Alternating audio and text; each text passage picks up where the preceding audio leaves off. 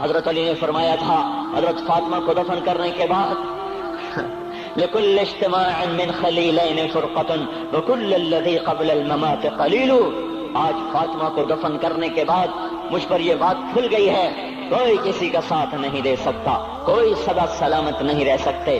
ایسی حسین جوڑی بھی آج بکھر گئی، ایسا حسین جوڑا کوئی دنیا میں کہاں سے لائے گا، ایسا جمال کوئی کہاں سے لائے گا، ایسی جوڑی کوئی کہاں سے لائے گا۔ علی و فاطمہ کی جوڑی کوئی دکھائے تو صحیح، کوئی نبیوں کے بعد کوئی ایسی جوڑی بنی ہو، لیکن آج یہ جوڑی ٹوٹ گئی۔ 24 سال کی عمر میں فاطمہ جدائی دے گئی، 24 برس کی عمر میں جدائی دے کے جا رہی۔ ہاں لیکن بھائی ان کا تو مرنا بھی زندگی تھا۔ پانی کے لیے اپنی خادمہ سے فرمایا میرے غسل کا پانی رکھو، خادمہ نے پانی رکھا، خود غسل فرمایا، پھر اس کے بعد چارپائی کو درمیان میں رکھوایا اور کپڑے پہنے اور فرمایا علی اس وقت کہیں باہر نکلے تھے، فرمایا اب میں مر رہی ہوں، میرا غسل ہو چکا ہے، مجھے دوبارہ غسل نہ دینا، یہی میرا غسل ہے اور علی کو بتا دینا، اور وہ گئی۔ ہاں آپ نے کہا تھا حضرت فاطمہ سے میں جا رہا ہوں، وہ رونے لگی، پھر آپ نے پھر کان میں کہا نہیں نہیں تو غم نہ کر، سب سے پہلے تو ہی مجھ سے آ کے ملے گی۔ پھر وہ ہنسنے لگی، حضرت عائشہ رضی اللہ عنہا دیکھ رہی تھی، پہلے روئی پھر ہنسی، تو کہا یہ کیا بات ہوئی؟ کہا مجھے میرے باپ نے کہا میں جا رہا ہوں تو مجھے رونا آیا، تو پھر انہوں نے فرمایا تو غم نہ کر، سب سے پہلے تو ہی مجھ سے آ کے ملے گی۔ تو پھر میں خوش ہو گئی۔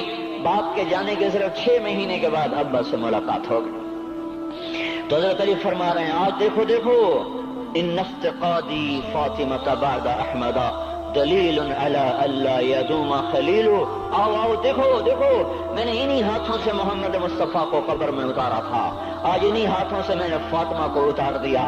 آج مجھ سے کہ دنیا کا دھوکہ کھل گیا ہے، مجھے پتہ چل گیا ہے کہ یہاں کوئی دوستی سلامت نہیں رہ سکتی، کوئی گھر آباد نہیں رہ سکتا۔ کل بیت وإن طالت سلامتها یوم ستدرکہ النکباء والحباب۔ او میرے بھائیو، کوئی گھر کتنا آباد رہے، سلامت رہے، ایک دن آتا ہے کہ مکڑی کے جالوں کے سوا وہاں کچھ نہیں ہوتا، ہواؤں کی سنسناہٹ کے سوا وہاں کچھ نہیں ہوتا۔ اللہ کا واسطہ دیتا ہوں فیصلہ آباد سے دھوکہ نہ کھاؤ، اس کے بازاروں سے دھوکہ نہ کھاؤ، ہوش میں آؤ، ہم غلط جا رہے ہیں۔ اور میرے بھائیو اگر مر کے اللہ کے پاس جانا ہے تو اس زندگی سے واپس آؤ، واپس آؤ، میں اللہ کو اس کے رسول کا واسطہ دیتا ہوں۔ اگر مر کے کہیں اور چلے جانا ہے، اگر مر کے اللہ کے پاس نہیں جانا یا اللہ کے رسول کا سامنا نہیں ہے، جو مرضی کرو، پھر ہم بھی چھوڑیں، اب ہمیں بھی کچھ سمجھاؤ، ہم کیوں بول بول کے گلے کی ایک ایک رگ میں درد اتار بیٹھے، گھر چھوڑ چھوڑ چھوڑ چھوڑ، سارا وجود ہڈیوں میں درد اتر گیا ہے، تو کچھ ہمیں بھی راستہ بتاؤ کہ یہ راستہ ہے، اس پہ موج میلہ بھی ہوگا، اللہ بھی نہیں ملے گا، آؤ ہم سب پھر ہم بھی مل کر تمہارا ساتھ دیں۔ ہم کیوں ایسے کھاری اٹھائے ہوئے در در کی ٹھوکریں کھاتے پھر رہے ہیں؟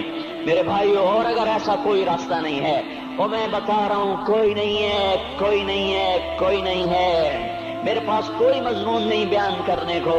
میں یہ نوجوانوں کو دیکھتا ہوں، میرے بندر ٹوٹ جاتے ہیں، میں دیوانہ ہو جاتا ہوں کہ میں ان کے کیسے دلوں میں اتر کر ان کے دلوں کی لگاموں کو اللہ کی طرف پھیر دوں اور اس کے رسول کی طرف پھیر دوں۔ یہ جب گانے بجانے میں ڈوبتے ہیں، جب یہ رقص گاہوں کو چلتے ہیں، جب یہ تاجر غلط تولتے ہیں، اور جب یہ بینک سے قرضے لے کر لمبے لمبے نظام بناتے ہیں، پرائز بانڈ خرید کر دعائیں مانگتے ہیں اللہ میرا بانڈ نکل آئے، او میرا بھائی تجھے کیا ہو گیا؟ تو جوئے پر دعائیں کر رہا ہے کہ یا اللہ میرا بانڈ نکال دے۔ میں کیسے ہوش میں لاؤں؟ میں تو خود مدہوش ہو چکا ہوں۔ میں تو صدمے جیسے آدمی کو پاگل کر دیتے ہیں، دیوانہ کر دیتے ہیں۔ وہ دیوانگی کی کیفیت ہے کہ کوئی سنتا ہی نہیں، کوئی مانتا ہی نہیں، 4 دن کے تھوڑی دیر کے لیے ہائے ہائے کرتے ہیں، پھر وہی ڈگر، وہی راہیں، وہی غفلت، وہی صبحیں، وہی شامیں۔ کہاں سے کوئی آئے گا؟ کون سی آواز آئے گی؟ کوئی قیامت کے کڑکا کو سننا چاہتے ہو؟ کیا آسمان کے دھماکے سن کے توبہ کرنا چاہتے ہو؟